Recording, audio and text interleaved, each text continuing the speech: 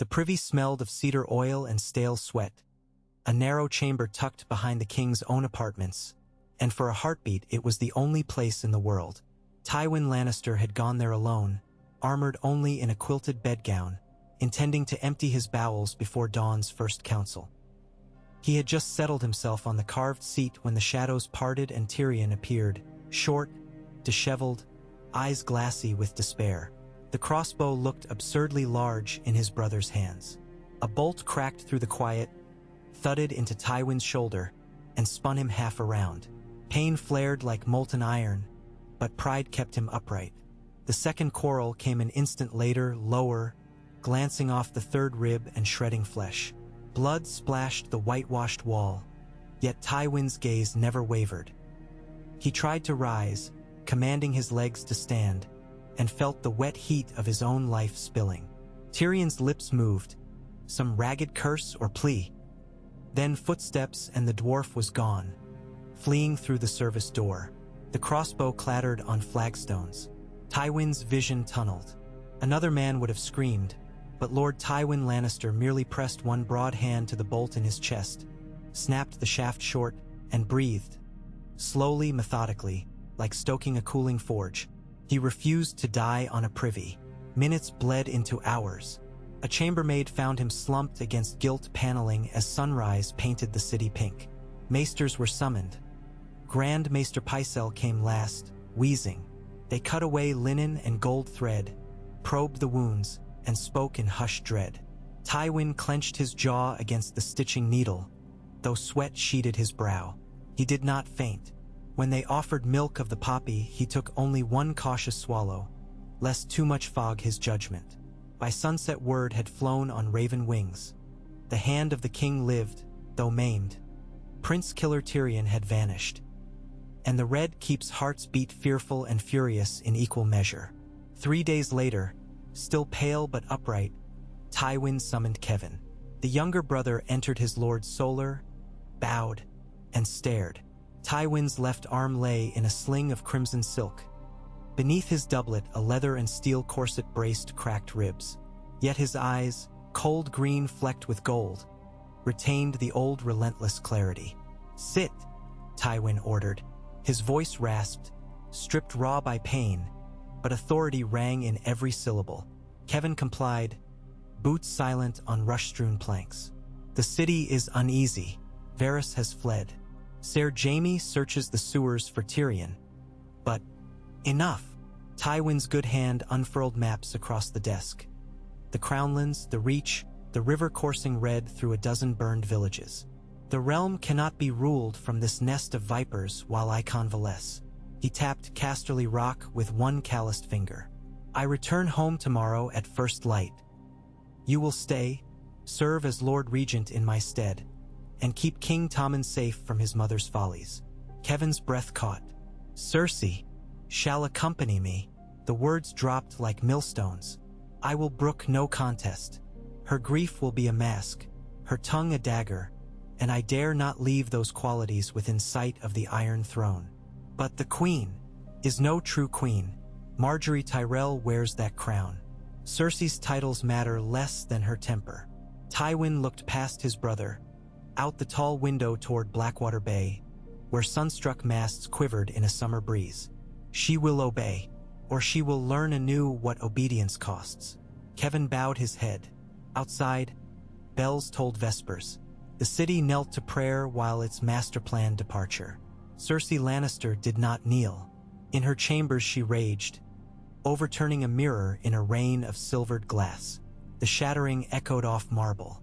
When Tywin entered unannounced, guards flinched. She turned, hair wild, cheeks tear-tracked, fingers bleeding. "You drag me from my son," she spat. "From power. I spare you a public reckoning," he replied, unperturbed. "Your influence in King's Landing has bred chaos. From Casterly Rock you will have distance enough to master yourself." "Distance?" She laughed, raw and ugly. "You think 1,000 leagues of stone and sea will chain my spirit? I am the lioness. You are a mother bereaved of Joffrey. Grief warps judgment. Clean wounds bleed less than festering ones. Come home, Cersei. Something in his tone, iron softened by rare concern, stilled her. She stared at the sling, at the crimson blot seeping through linen. For the first time since childhood, she saw her father not as Titan of Lannisport but mortal flesh. Her fury ebbed, leaving sullen resignation. "Very well," she murmured. "But when the boy needs me, Tommen will write," Tywin assured, "and you will answer with counsel, not commands." Her lips compressed, yet she bowed, the movement shallow, grudging, but a bow all the same. They left at dawn. A column of crimson cloaks, wagons heavy with coffers, Cersei's litter curtained in black silk. Tywin rode astride a dappled gelding, stiffness hidden beneath lacquered plate. Every jolt of the saddle sent pain skittering through nerve and bone, but pride locked his expression. At the mud gate, he halted to address a gathering of lords, gold-cloaked captains, and Tyrell envoys.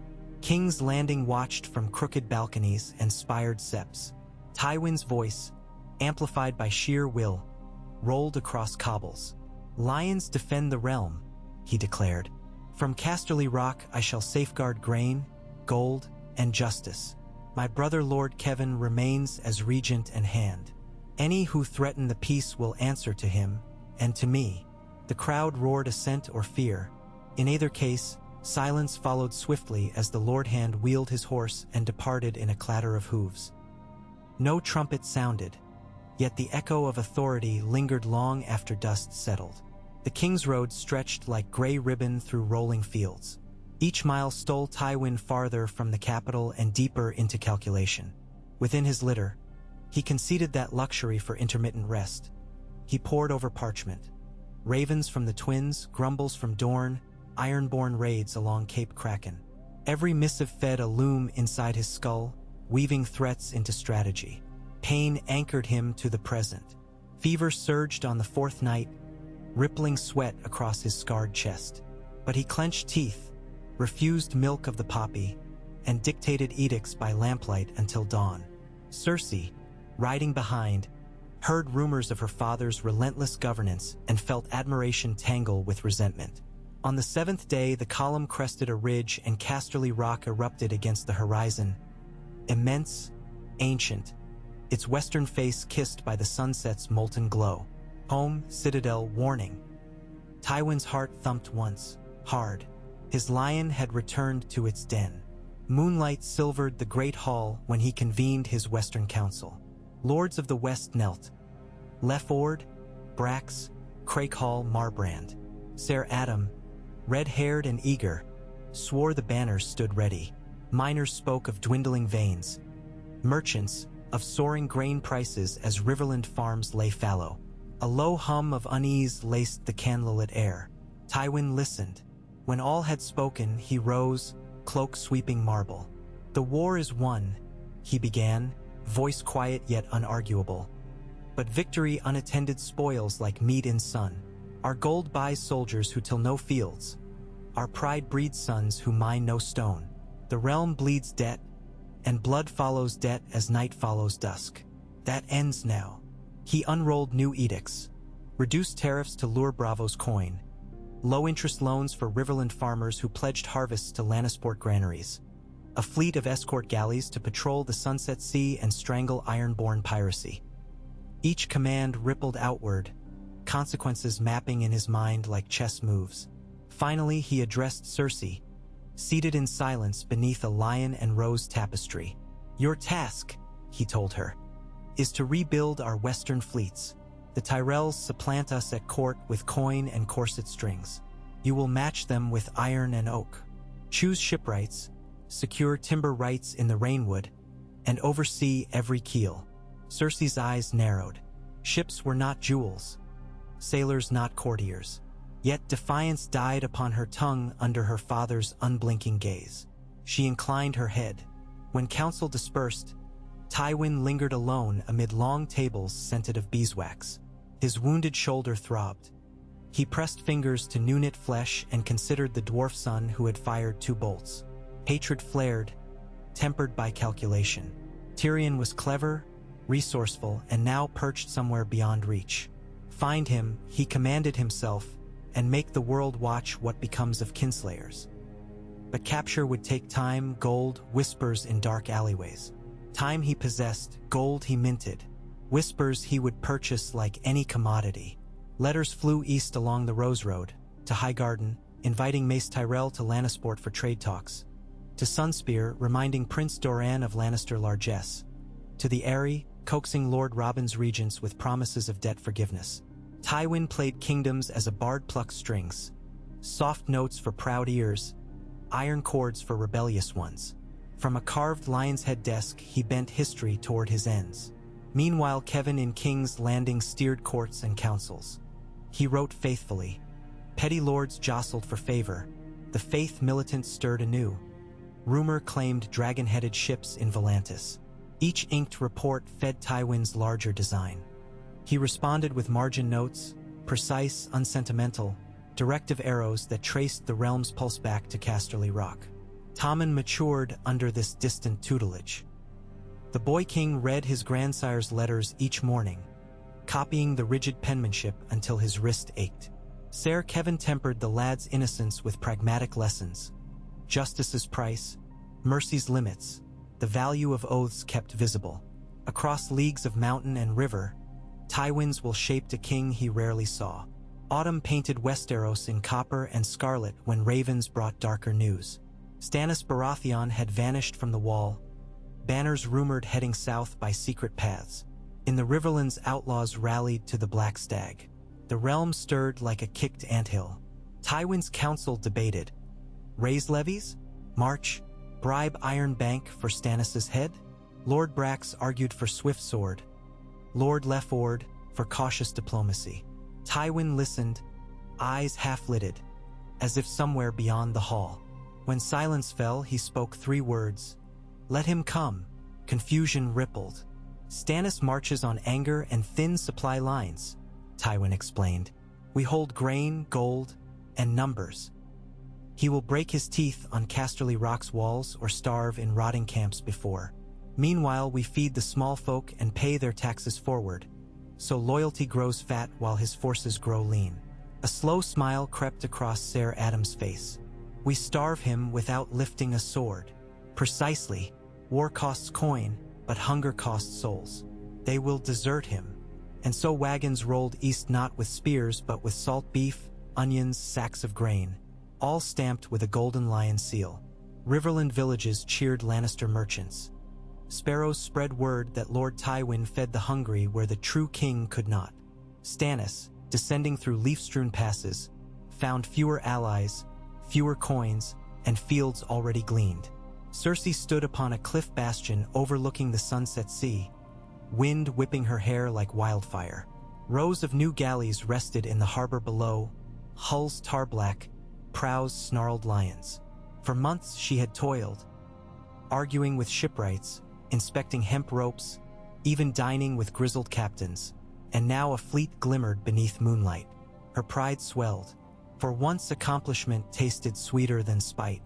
She imagined sailing to King's Landing at the head of this armada, banners snapping crimson and gold. Mother Lion returned triumphant. Tommen would see her from battlements and know her power. Footsteps behind her broke reverie. Tywin approached, cloak swirling. He gazed upon the galleys and nodded once. Acceptable, he judged. In his tone flickered approval, a warmth so rare it startled Cersei more than any rebuke. They will double our western strength, she said, voice steady. Ironborn shall think twice before raiding the Reach. Excellent. He regarded her sidelong. Report to the Master-at-Arms tomorrow. We begin training captains for river defense as well. King's Landing must rely less on Tyrell oars. Cersei breathed cold salt air.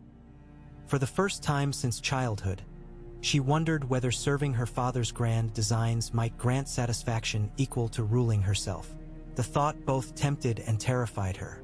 Winter's first storm rolled off the sunset sea, hammering Lannisport with black waves. In the torchlit war room, Tywin studied fresh dispatches. Stannis' army, harried by storms and sparse forage, had splintered outside Fair Isle. Half turned back toward the Neck. Others fled into forests. A minor victory, bloodless yet decisive. He let the parchment drop, eyes closing. Pain in his shoulder lingered, a ghost reminding him of mortality. Yet each breath tasted of triumph earned not by crossbow or dirk, but by patient strategy. Outside, thunder cracked. Tywin Lannister, Lord of Casterly Rock, Warden of the West, hand across leagues of ink and iron, straightened beneath lion banners and felt the realm's weight settle on his good shoulder. Not a burden, but a mantle, and he would bear it until the grave. On privy seat or golden throne, whether arrows sang or whisperers schemed, because the realm was his to order, and order he would give it, bolt through flesh notwithstanding. Ravens beat iron-black wings against blizzard skies as a new year clawed across Westeros. Snow dusted Casterly Rock's ramparts. Fires guttered in hearths. Tywin rose before dawn, as always, to read. The maester set a candle by his elbow and left silently. The first letter bore Kevin's seal. King Tommen had decreed a new levy of crown taxes to fund orphan relief, citing his grandsire's guidance. The measure passed with narrow margin, showing the boy king's growing spine. Tywin allowed himself one thin smile. Second letter, Dorne accepted a trade pact, opening ports to Lannisport galleys in exchange for western grain. Smooth. Third, Bravo's bankers demanded repayment of wartime loans. Expected. Tywin drafted a curt reply promising full remittance within 2 moons, to be underwritten by new mines in Castemir's Rebayard shafts. Promise first, payment later, as always. He paused to roll his shoulder. Scar tissue tugged, but movement grew easier by the week. Death's shadow that once loomed at a privy door had retreated, replaced by slow-mending bone and muscle. Yet it lingered in memory, feeding caution. Guards now posted outside every chamber. Food tasters sampled each dish. No more solitary privies. An adjoining chamber had been converted to his private convenience, guarded night and day. Pride could bend to prudence. Spring thaws unleashed rivers swollen with meltwater, and with them came news carried by soaked riders. Stannis Baratheon, diminished, had taken refuge in the ruins of Harrenhal, calling banners of discontent. The mad huntsman's war bands prowled, and the Brotherhood without banners harried supply trains loyal to King Tommen. Tywin convened war council again. This time plans called for steel. He dispatched Ser Adam Marbrand with 8,000 men to secure the Trident, armed not only with swords but with wagons of bread, seed, and plowshares. Win the small folk, he ordered, and you win the land. At the same time, he wrote to the Freys, reminding them of debts owed for royal pardons. Walder Frey, fearful, pledged crossbows and barges. Even as armies marched, Tywin sought subtler weapons. Gold cloaks and King's Landing ferreted out Stannis sympathizers. Faceless rumor peddlers whispered that the Lord of Dragonstone consorted with shadows. In taverns from Maidenpool to Old Town, singers composed ballads of a lion's mercy feeding hungry mouths while a one-eared stag gnawed bones. Truth mattered less than perception, and Tywin molded perception like clay. Tyrion Lannister haunted him in dreams. In one vision, the dwarf stood atop a cartload of parchment, all the letters Tywin had ever penned, and set them aflame with a single candle. Smoke spelled ruin across the sky. Tywin woke slick with sweat. Awake, he tasked agents slid coin to unsavory captains. Search sailing lists from Pentos to Tyrosh, watch for a dwarf with mismatched eyes. None found him. Tyrion remained a phantom, clever as Varys, elusive as smoke. Yet Tywin's will did not wane. He funded a bounty, 50,000 gold dragons for his son alive, 20 for his head. No one claimed it. Cersei watched her father's obsession with silent fascination. She herself felt equal measures hatred and twisted longing for the brother who had murdered Joffrey, then nearly killed their father. She never spoke Tyrion's name. Tywin seldom spoke any names. Plans required faceless pieces, not kinship. Summer came bright and hot, crops thick in Riverland's fields for the first time since war erupted. Ser Adam's army camped outside Harrenhal, cutting roads, damming lakes, choking Stannis' fortress in heat and choking dust. Tywin observed from maps, moving pins like ripened grain. When ravens announced Harrenhal had fallen without a pitched battle, its wells poisoned, Defenders fled beneath black banners. Tywin wrote only one line in his ledger: strength through patience. But patience bred new perils. In King's Landing, the faith militant bloomed like nightshade. High Sparrow sermons drew thousands. Whispers accused Queen Marjorie of sin. Gold cloaks clashed with star cloaks in flea-bottom alleys. Ser Kevin counseled tolerance. Cersei begged to unleash fire and sword. Tywin weighed possibilities. The faith could check Tyrell influence, keep Varys' remnants at bay, but fanatics seldom stayed leashed. He sent Kevin instructions: permit restoration of the warriors' sons and poor fellows under strict charter. No arms within the city walls, no levying of tithes without crown assent. Compromise tempered zeal for a time. Yet embers glowed beneath courtesy. Years turned. Children born after the war learned to fear famine more than swords. Great houses paid taxes in silver instead of blood. The Golden Company, denied coin by Stannis, sailed for Slaver's Bay. Across the narrow sea, rumors whispered of dragons. Tywin read and frowned. Fire made poor currency. Still, he dispatched emissaries to Volantis to learn what truth lay beneath tales. Then, one winter night while snow drifted against Lion's Mouth Gate, a hooded messenger arrived. He knelt before the hearth, face streaked with travel ice, and placed a cloth-wrapped object upon Tywin's desk. When he drew the linen aside, a familiar staring face emerged.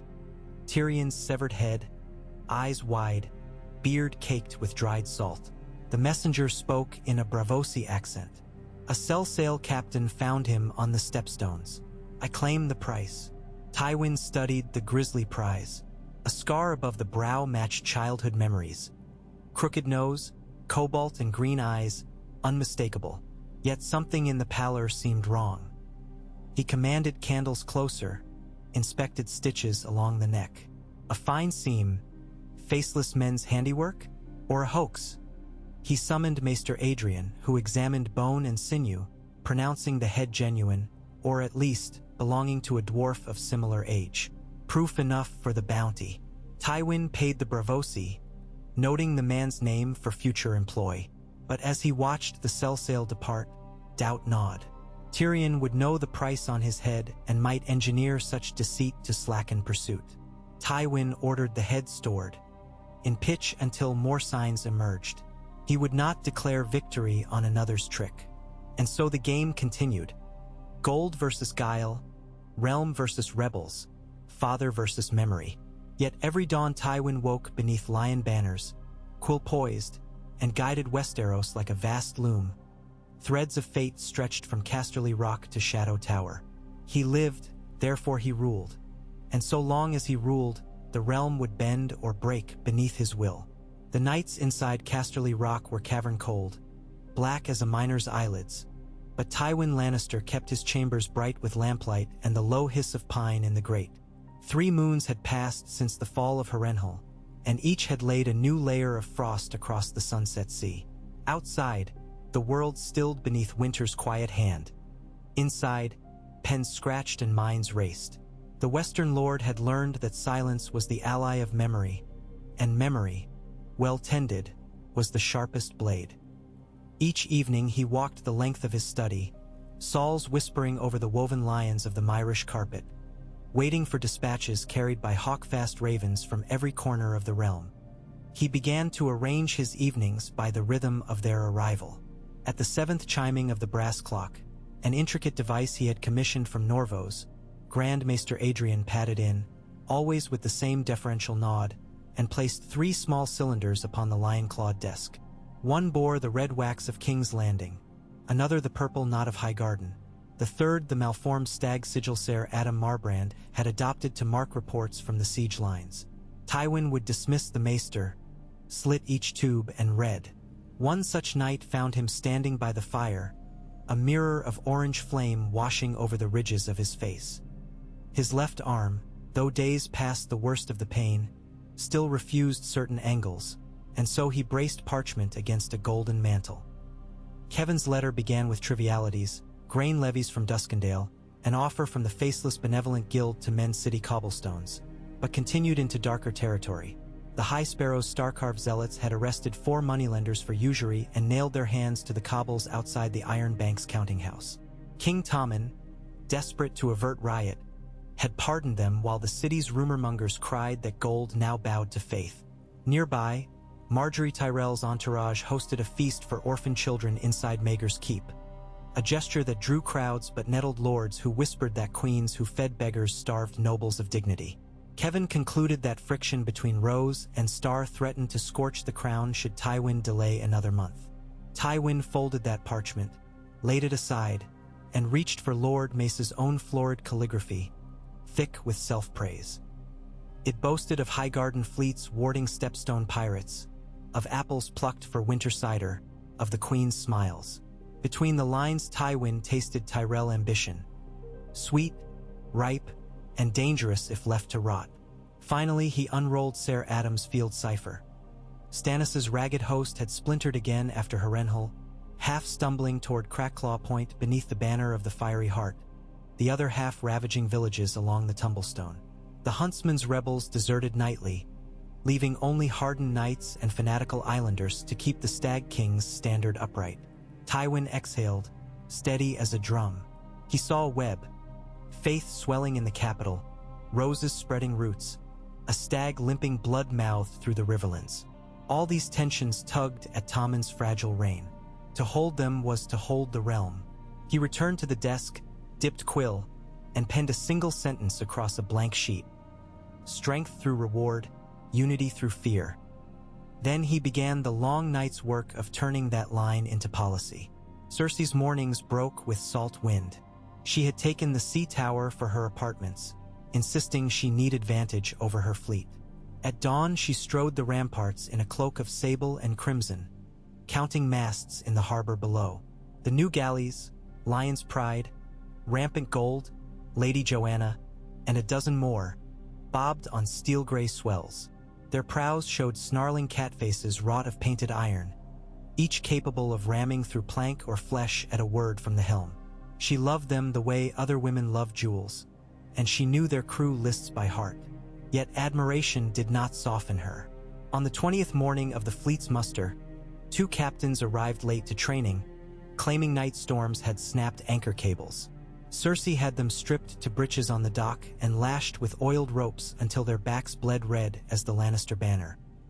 She ordered the broken anchors hoisted, melted, and reforged into bolts for scorpions.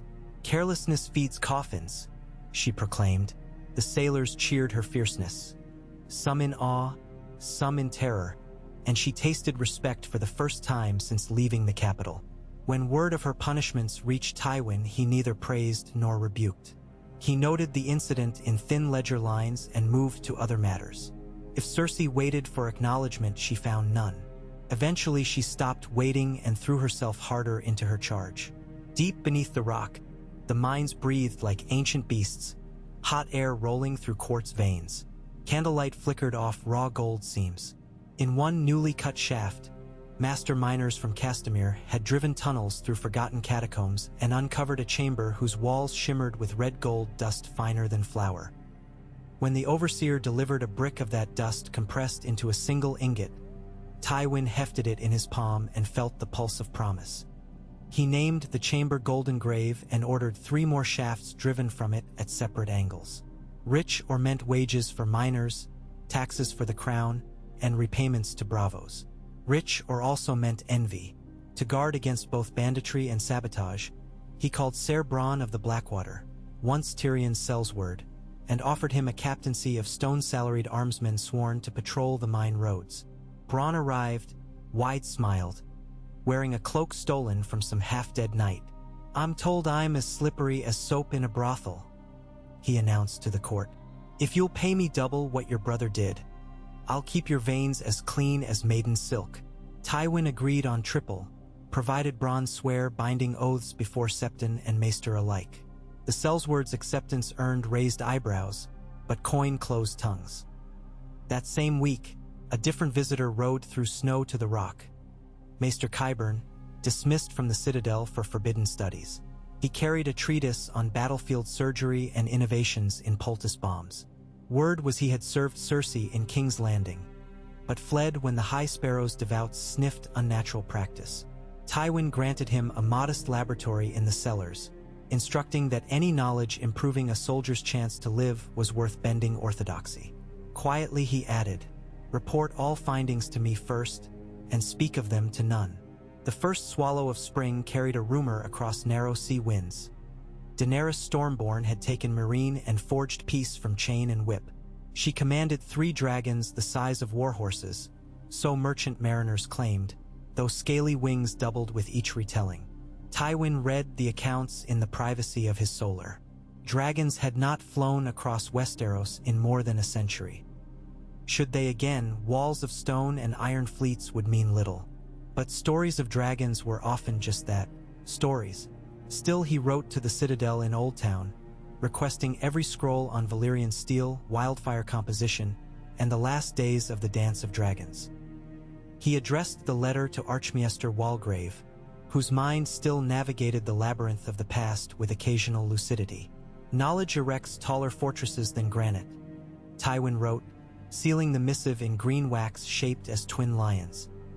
He also dispatched Ser Christopher Crakehall with a purse of diamonds to scour the free cities for sell-sales who had actually sighted scaled beasts. Truth demanded coin.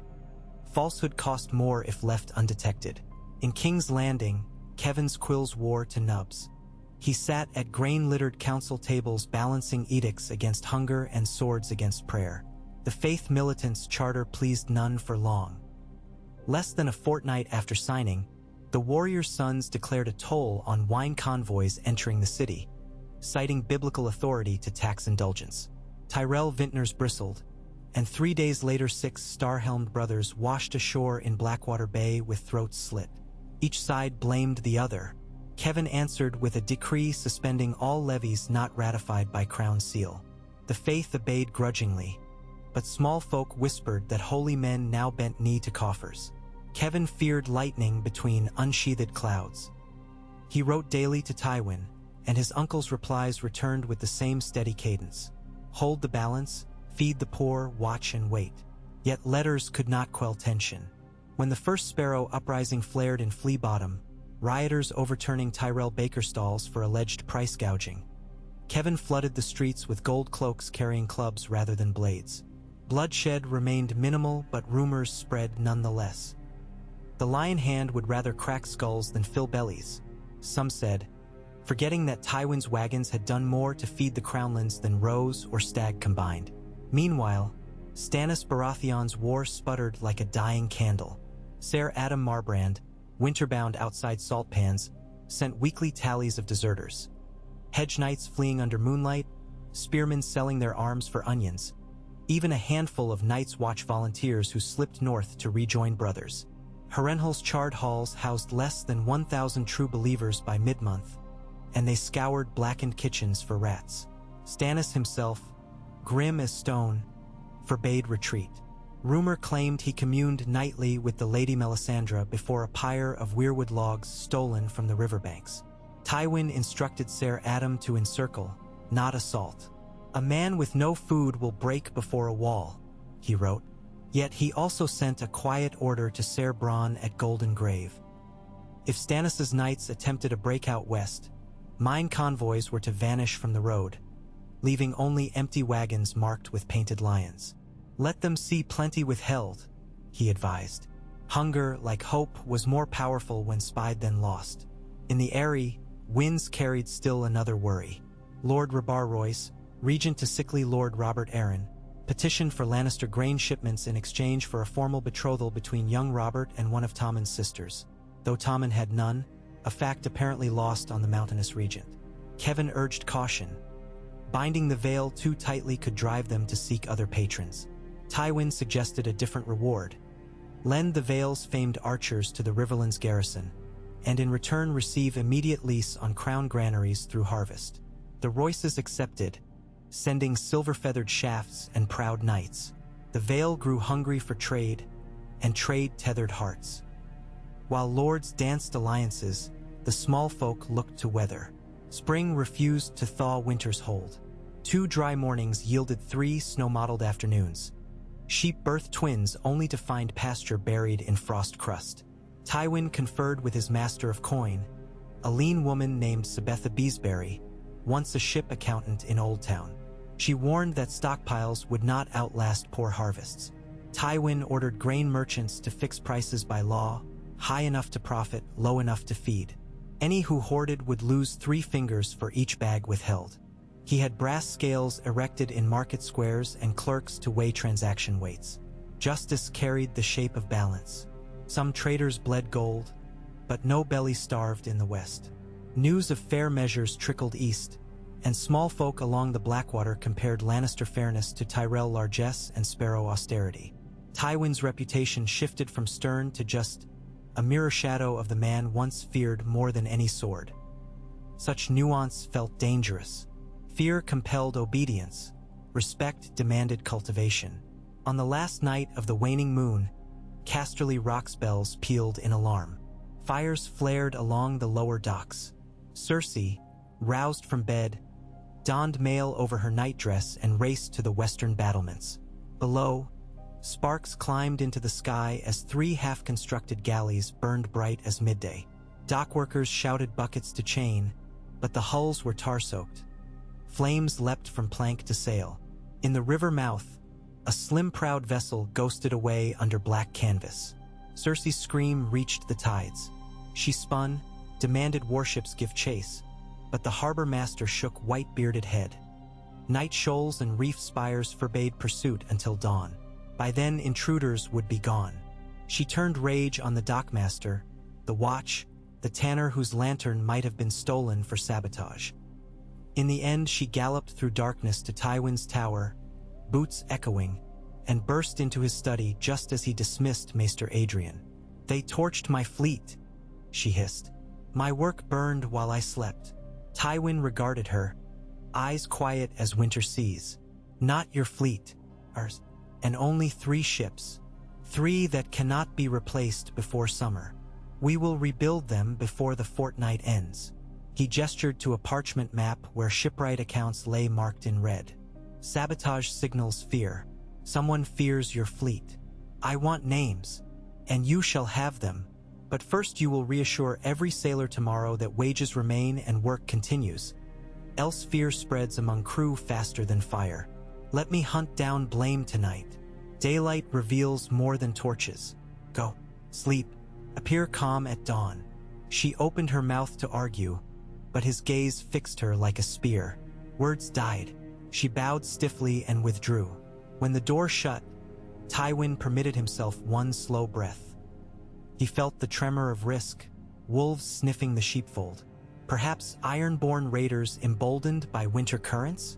Or Stannis sympathizers on salt-caked skiffs? Either way, fire was declaration. He penned instructions. Double dockyard watches, restrict lamp oil, station scorpions along the piers. Then he called for Qyburn, whose experiments in wildfire distillation might birth a seaborne deterrent. Spring crept in at last, shy as a maid. Buds broke frost on apple limbs. Green spears pushed through snow near cornfield. Yet war's shadows lengthened. Highgarden envoys pressed kings landing for the crown to criminalize the warrior's son's tolls. The faith responded by declaring Tommen's marriage unconsummated until the crown purged false idols, namely, the Tyrells. Kevin wept ink across parchments trying to mediate, but flames neared fuel. Tywin wrote firm replies. The crown, not sept, judged marriages. Any star-cloaked brother carrying arms inside city walls would forfeit them at once, or forfeit life. The High Sparrow answered with silence. Under such tension, rumors of dragons became more than tavern tales. They became prophecies. Cersei laughed at them in public, yet in private asked Qyburn how one killed a dragon. "With patience, your grace," he said, "or with a bolt to the eye." She ordered her scorpions retuned, thicker ropes, heavier gears. One dawn, Maester Adrian woke Tywin early. "A rider from the east," he said breathlessly. "News of your son." Tywin dismissed servants, accepted a sweat-stained scroll sealed with unfamiliar wax. It bore the imprint of a weeping mask. Inside, spidery script told of a dwarf arrested by slavers in Volantis, sold twice, escaped by poison and guile. His parting words to one overseer, recorded by an Ilithy informant, were said to be, "Tell my father every coin in his coffers cannot weigh against the price of the realm's contempt." The note included a drawing of a crudely rendered lion pierced by a quill. Tywin stared at that image until candle wax ran rivulets over his knuckles. So the head delivered months past had indeed been a counterfeit. Tyrion lived, stirring chaos across the sea. A single dwarf could not topple kingdoms, yet words traveled faster than ravens on eastern trade winds.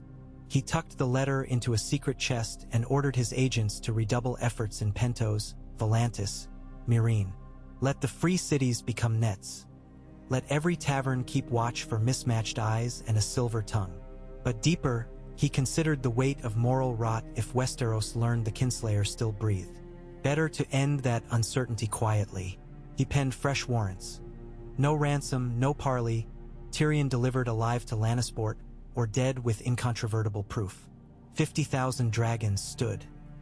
To the leader of the Golden Company, he dispatched another letter, promising debt forgiveness should the company capture the dwarf. In war, even Sel's words bought kings. As sun climbed higher each day, grain blades swayed upon new fields. Ser Adam marched unopposed south of salt pans, gathering surrendering hamlets. One crisp morning, scouts returned with Stannis's banner, the crowned stag aflame. Abandoned in a burned September, Melisandre had fled with a handful of loyalists eastward. Stannis himself vanished. Ser Adam located his body 2 days later hanging from a weirwood limb, armor polished, sword unsheathed beneath his dangling feet. A parchment pinned to his breastplate bore a single sentence: "Only the truest king keeps his oath." Below it, the Baratheon sigil burned into the page with some alchemical reagent. The stag's last breath ended quietly. Tywin approved returning the corpse to Storm's End under guard, allowing loyalists to bury their king beside his brothers. Magnanimity in victory purchased silence from potential martyrs. Melisandre, however, remained at large. Spies rumored she traveled north again, red robe flickering like a tongue of fire along King's Road villages. Tywin suggested, gently, that if the Night's Watch found itself too poor to feed men, the West might supply oats in exchange for the priestess's head. Castle Black thanked him for the concern but demurred. With Stannis gone, Tyrell harvest wagons rolled unharassed into the capital. Yet tensions with the Faith soared. On the eve of the Festival of the Maiden, Starhelm zealots surrounded the Sept of Baelor, demanding the release of an accused Septa's assaulters, 2 gold cloaks who claimed union with the woman was consensual. When Kevin refused, hostages were taken. 5 merchants dragged from the Street of Silk. Both sides armed, but before blood spilled, Kevin sent ravens west begging guidance.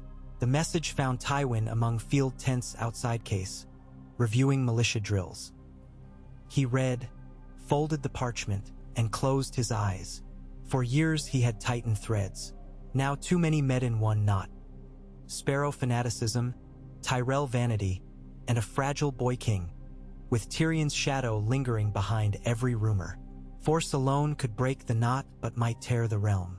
He needed a blade finer than steel. That night, he summoned Qyburn and spoke quietly beneath the tented stars.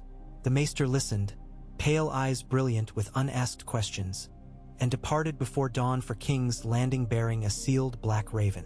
Within a night, a miracle occurred. The warriors' sons announced the release of hostages, guided by a heavenly vision of the maiden herself. No bloodshed, Kevin marveled. Marjorie applauded. Small folk cheered the gods' mercy. Only Tywin knew the heavenly vision had arrived as a single parchment slipped beneath the High Sparrow's pillow. An inventory of hidden sins among his own followers, many false, some true, all damning enough to fracture unity if exposed. The message included with a line, "A shepherd protects sheep from wolves, not wolves from each other." Fear once more did the work of swords. Summer crowned itself with thunderheads. Lannisport's rebuilt docks launched 3 new galleys in a single tide, christened with honey blossom wine. Cersei stood in full mail upon Lion's Pride's quarterdeck as her flagship sailed a ceremonial circle, braziers blazing along the rail. Crowds roared from quays, and trumpets scattered gulls skyward. Tywin watched from a balcony above, shoulder aching yet heart steady. His daughter had forged a weapon that glimmered upon water like molten gold. At dusk's close he invited her to dine privately, a rare gesture. They ate suckling pig and blood orange compote, drank soft arbor red. Tywin spoke of duty, of legacy, of her fleet's next purpose guarding grain convoys to the capital. Cersei listened, cheeks warming with wine, ready at last to feel the weight of rule not as shackle but as scepter. As candles guttered, she asked, "What of Jaime?" Her voice was soft, wary. "He hunts Brotherhood remnants across the riverlands," Tywin replied. "When he returns, command him to drill archers aboard your galleys. A fleet needs eyes as well as claws. And when shall we sail to King's Landing? Tommen will want his mother." "In autumn," Tywin answered. "The seas will be calm, our holds full of grain. We arrive as saviors, not usurpers." She toyed with her goblet. "And if the Tyrells resent it, they will feast on our bread." He paused. "You will smile, gracious as a queen might, yet remember every slight. Mercy does not forget." Cersei's lips curved. "Nor does the lion." The next dawn found Tywin walking alone upon western ramparts. Wind carried salt, gull cry, and the distant hammer of shipwrights. He placed a hand upon cold stone, remembering his youth when these walls felt immeasurably tall and he, merely a son beneath his father's erratic shadow. Now the realms stretched before him like game pieces, some upright, some toppled, none beyond reach. He had survived a privy, survived a bolt meant to end him in darkness. Each heartbeat since was purchase time, and he would spend it wisely. He considered contingency. Should dragons fly, he would have scorpions, wildfire, and treaties with the free cities offering harbor in exchange for secrets. Should the faith rekindle into open rebellion, he would raise a council of septons loyal to grain over faith. Should Tyrion rally sellswords and dragons both, well, then he would do what lions did when cornered, pounce with every tooth bared and break the spine of destiny itself. At his back footsteps rustled. Ser Bronn approached, hooded against dawn chill, and offered a small parchment. "Sailor gossip out of Karth. A dwarf bargaining for passage west," the captain reported. "Claims he can teach Selsails to speak 12 tongues." Tywin read the names, memorized the keel markings, dismissed Bronn. He gazed over the horizon where sea met storm-gold sunrise, and for a moment he felt something akin to gratitude that fate had gifted him a worthy adversary in his own blood. Then he turned, cloak snapping, and descended into the bowels of the rock where lords awaited and ledgers emptied. For the day had begun and the realm needed ruling. Each choice, each cool stroke, reshaped the tapestry, tightening threads, adding new gold weft. 5 hours later, he would still be at that desk, midday sun spilling over tomes while bells told work time across the city. And 5 hours after that, when dusk purpled the windows, he'd still hold the quill, ink drying on fingers, heart a steady drum of purpose. For Tywin Lannister was alive. Therefore, the realm endured. Smoke still threaded the dawn when Tywin Lannister took the western parapets once more, etched bronze plate shining dully beneath a gauze of sea fog. Somewhere below, gulls squabbled over dockyard refuse. Behind, the rock's long halls murmured with waking servants and the clatter of breakfast trays. He ignored both. For the first time in weeks, he had permitted himself a moment outside the press of parchment and petition, to breathe salt air untainted by ink and candle grease. It carried news more honestly than ravens. Here, the tang of pitch, fresh seams caulked overnight. There, a faint whiff of ash, embers still cooling in charred timbers. 3 new keels already spanned trestles where saboteurs had burned their predecessors. Cersei's shipwrights moved like ants on honey bread, driven by fear, by pride, by the purse Tywin had doubled at dawn the morning after the fire. He watched them a while longer, timing hammer blows against the rolling surf, then turned inland to the rising spine of the Westerlands. Snow lingered on distant peaks, though spring buds dotted foothill orchards. Somewhere beyond those ridges, caravans plodded along the road to Lannisport bearing grain. Reach wheat, Riverland barley, even Dornish dates pickled in brine. Every load bore a wax seal of the Golden Lion and a small plank placard reading simply, "Our goodwill is our strength." The words were Tywin's, but the charity was calculated. Bread bought peace. Placards bought gratitude. Both bought alliance. Inside the rock, the Lord's routine resumed. For hours with Sabetha Beesbury auditing ledgers thick as armor.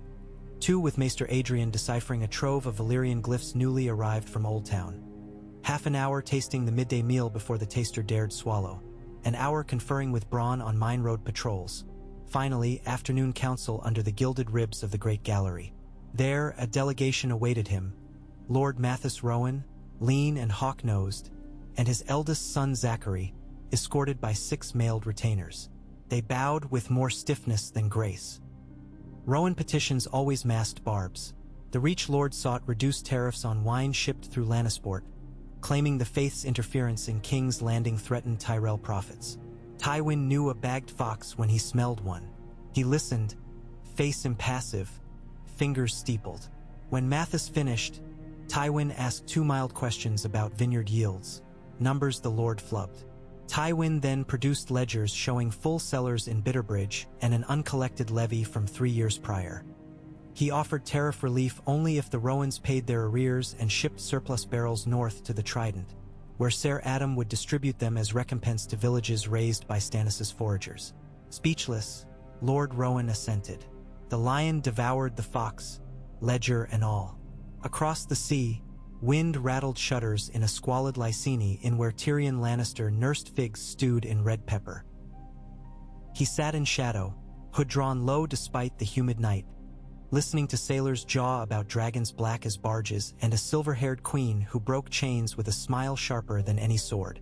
Tales varied, that she fed slavers to their own hounds, that she wed a Sellsword captain, that she bore scales beneath her gown. Tyrion judged the colonels. Dragons, yes, 3 half-grown. Queen, yes, Daenerys. Marriage, not yet. Scales, nonsense. He took notes, paid for drink, and slipped away before dawn.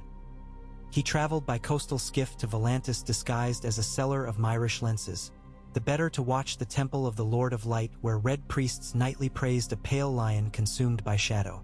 Once that image would have sunk claws. Now it amused him. Propaganda by Melisandre, trying to brand his father monstrous. Let them. Fear consumed itself. Tyrion had other plans. He sought passage upriver to meet one Brown Ben Plum of the Second Sons, rumored eager to sell steel east or west. Contracts, coin, cunning. These would forge his path home, perhaps upon a dragon's back, perhaps beneath its wings. First, though, he needed assurances.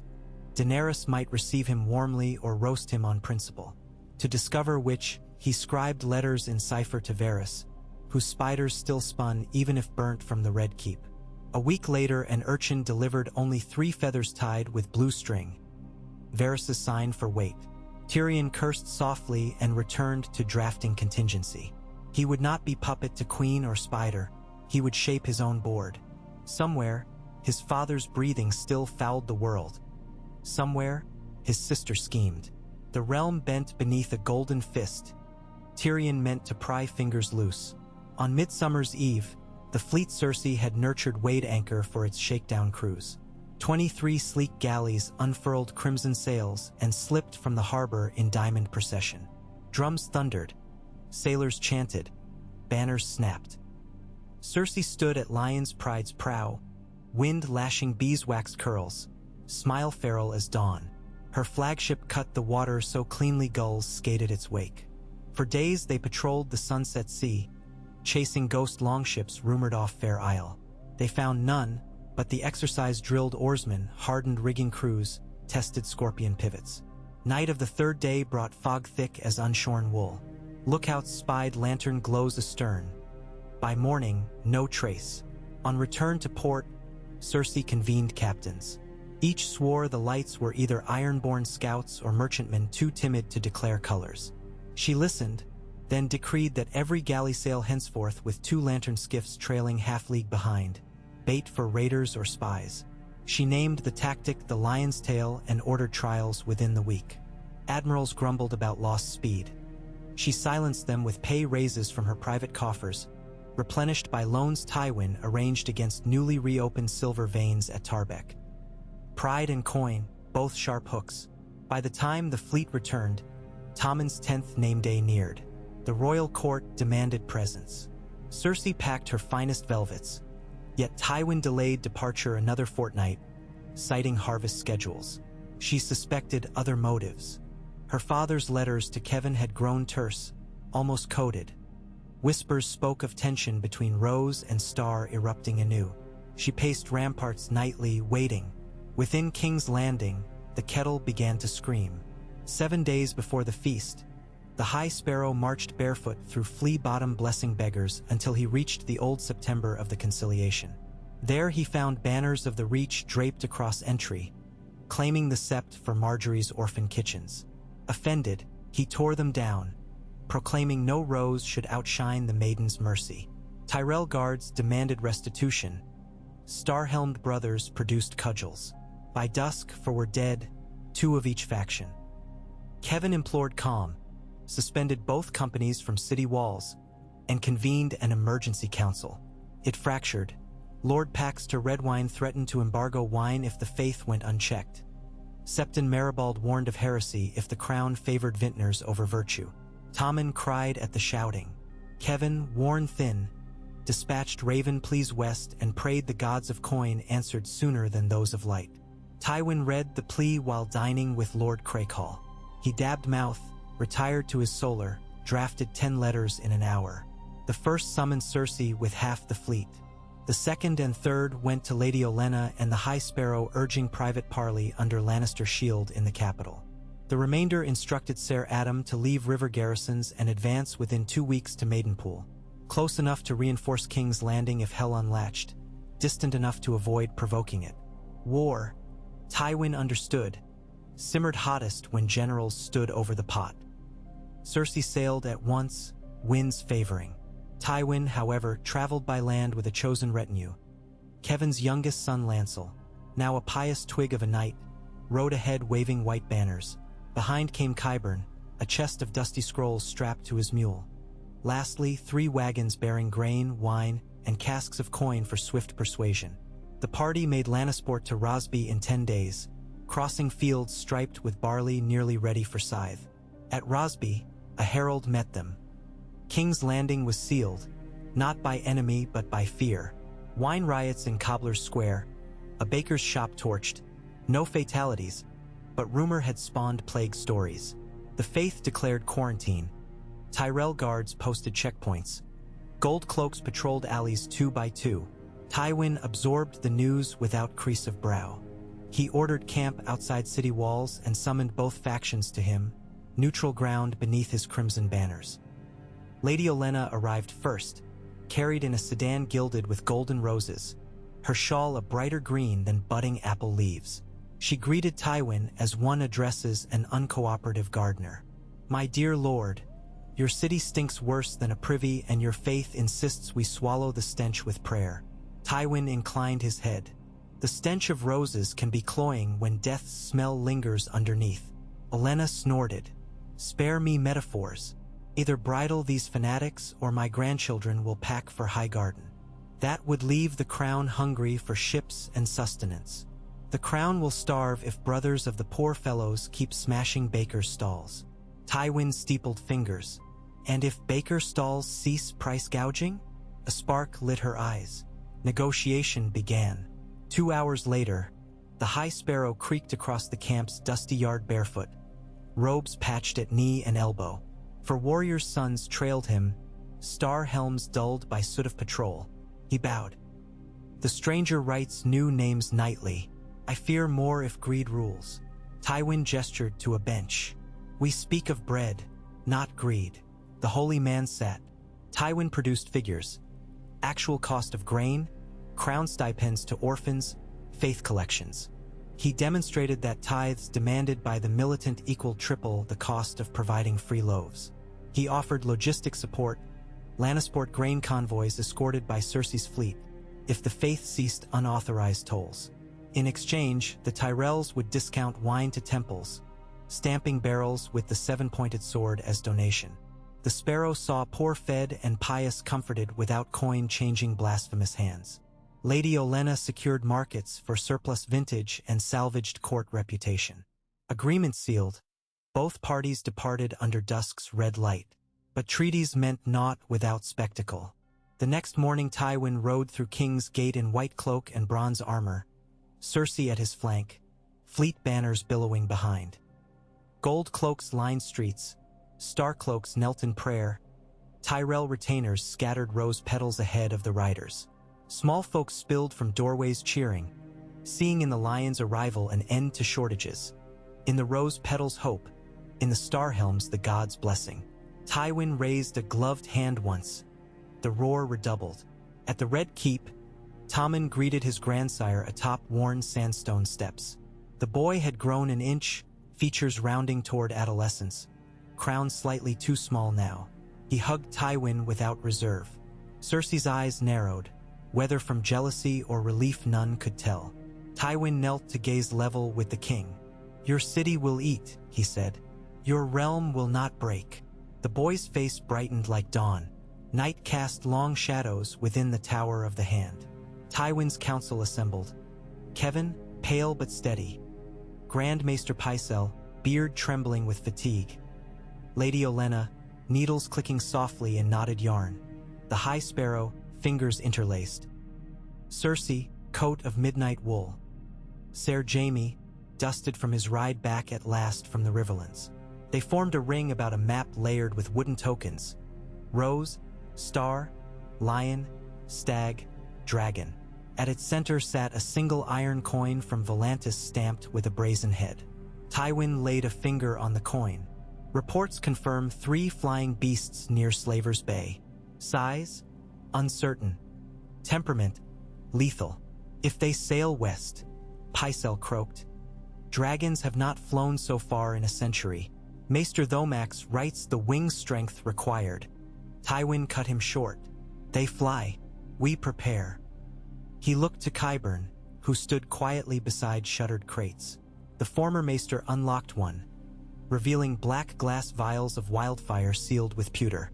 700 jars, Qyburn said, distilled purer than those at Blackwater. Lady Olenna raised an eyebrow. You'll burn the capital a second time? Only if dragons force our hand, Tywin answered. He moved tokens. Rose fleets to Shield Islands, Lannister fleet to Gullet, Tully token removed entirely since Riverrun lay under Lannister phrase. First defense is sea, second is scorpion, third is flame. Pray the first suffices. Jaime's gold hand tapped table. Dragonbone once made bows able to pierce scale. Find me Dragonbone, Tywin replied. Silence settled until the High Sparrow spoke. If the Dragon Queen frees slaves, her cause may win hearts. Steel alone cannot bar justice. Tywin met his gaze. Fire consumes innocence as well as chains. We will not gamble the poor on a savior across the sea. Sparrow inclined head. So the lion wills. Olenna's needles clacked. We might treat with her, she mused. A betrothal, Tommen's still young. Cersei's voice dropped frost. My son will not wed a Targaryen whore hatched in exile. The realm thrived under Targaryens of old, Olenna countered. Tywin raised hand. Tension broke. Speculation. We lack envoys. Time. He ended council at moon's zenith. Yet as members filed out, he called Jaime back. Father and son stood alone beneath flickering torch. Tywin regarded the gold hand.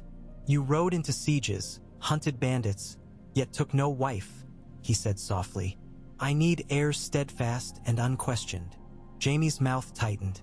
My vows were to a dead king and a faith you scarcely honor. Tywin allowed no softness. Take Riverrun. Make it yours. Marry some daughter of the Riverlands. Build a line. The Blackfish still raids. Jaime's eyes drifted to sword on wall, Oathkeeper, once ice. He'll not yield. Then starve him, Tywin replied. Do what must be done. Something flickered behind Jaime's eyes. Regret, perhaps fear. He bowed stiffly and left. Autumn's early storms whipped the narrow sea. In Lys, Tyrion watched mast after mast vanish into whitecap gloom. Shipping stalled, coin dried, sellswords loitered in brothels. He sensed tempest at his back, a lion's paw raking the sky. Time to move. With bribes, he secured cabin on the Storm Dancer, a Bravosi cog bound for Pentos under false charter as a spice hauler. He sailed under name Huger of the Hill, journeyman scribe. In his trunk he carried 3 drafts of dwarf-sized armor cunningly linked, a purse of silver stags minted in King's Landing before the war, and scrolls sealed with the 3-headed dragon. He meant to present them to Daenerys, proof of his lineage and of Lannister treachery against Targaryen rule. If she believed, he might mold her fury. If not, fire. Mid-voyage, the cog encountered pirates flying a broken kraken. Battle brief but savage, deck soaked red, yet Storm Dancer outran them in squall-fueled gusts. Tyrion spent engagement below with crossbow loaded, irony not lost. When calm returned, he emptied a skin of cheap wine into the sea and whispered to whatever gods still listened that he would never again die on a ship's privy. Back in the capital, Tommen's name-day feast dazzled. Long tables groaned beneath pheasant pies and spun sugar castles. Marjorie led handclasp dances among small-folk children. Septons blessed. Minstrels sang ballads of the Feast of the Lion and Rose. Tywin watched from dais flanked by Cersei on one side, Lady Olenna the other. The city appeared healed, stalls stocked, laughter bright. Yet in every shadow, Starhelms kept vigil. In every alcove, rose-cloaked guards hovered. Peace required watchers. At feast's close, Tommen rose to present a gift to his grandfather. A new suit of plate forged from Br. Steel, lion rampant on breast, inlaid with red enamel. For the protection of the realm, the boy said. Tywin's brow eased the faintest fraction. He donned the cuirass there before the court, despite weight on old wounds. Applause thundered. In that moment, any who saw him might have sworn the gods themselves armored the lion. But that night, beneath heavy stone, Tywin removed bright steel and rubbed aching shoulder. Qyburn entered with parchment. "From Volantis," he said. "Word of your son." Tywin opened it. A single phrase in Valyrian glyphs read, "The imp crosses before the storm." He closed fist until knuckles whitened. Dragons rose, faith seethed, pirates prowled, and Tyrion threaded each danger like needle through silk. Tywin slipped the note into fire, watched letters curl to ember. Winter fell for real the day ravens delivered blackened leaves across the realm. First snowfall in the neck, white knife froze. Snow dusted King's Landing rooftops, muting stench. In the throne room, Tywin convened a final council before retreating west for Yule. Ser Adam, fresh from Trident, reported Riverland fields secure, grain stores full. Jaime, voice steady, declared Riverrun under siege, the Blackfish contained. Qyburn unveiled for massive scorpion frames mounted on wheeled carriages, strings of sinew and iron limbs capable of hurling bolts the length of a tourney field. Tyrell envoys pledged 60 ships to bolster the Gullet blockade. The High Sparrow promised nightly prayer for calm seas. Plans set, Tywin prepared departure. Yet on the morn he would ride, a raven arrived from the east bearing broken wax of House Targaryen. Inside, Daenerys' own hand, Lord of Casterly Rock. "I know your name, though you know not mine. I have liberated a city and broken a chain, but chains yet span oceans. Your dwarf son seeks me. Should he reach Meereen, I will hear him. If you wish your house to stand when I cross the sea, send me justice for the misery your reign has sown." Daenerys Stormborn, queen of the Undulls and the Rhoynar and the First Men, Khaleesi of the Great Grass Sea, breaker of chains, mother of dragons. Tywin read the letter thrice. No threat, merely certainty. He penned no reply. Instead he summoned Cersei and Jaime, ordered scorpions loaded onto fleet transports, wildfire shipped west for testing, and ravens to Dorne inquiring after sandstone deposits suitable for sun forges.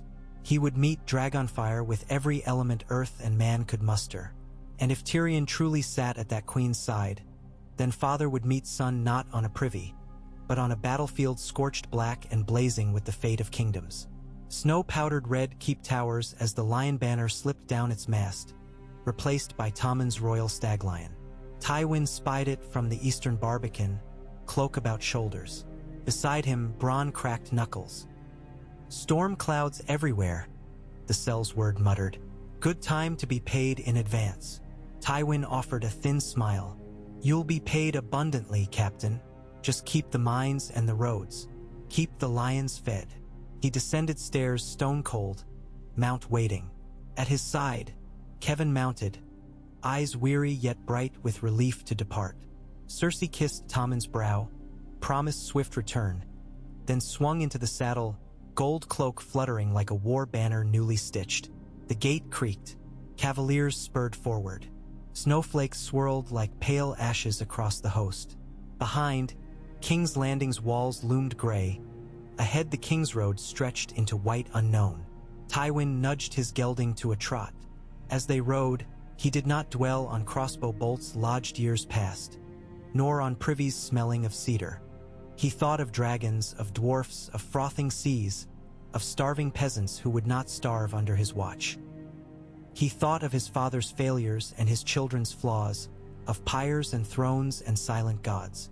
He thought of the sound a quill made carving destiny onto parchment. And beneath the cold hiss of wind, he heard that sound again, faint yet unbroken, as the realm shivered under winter's breath and awaited the next stroke.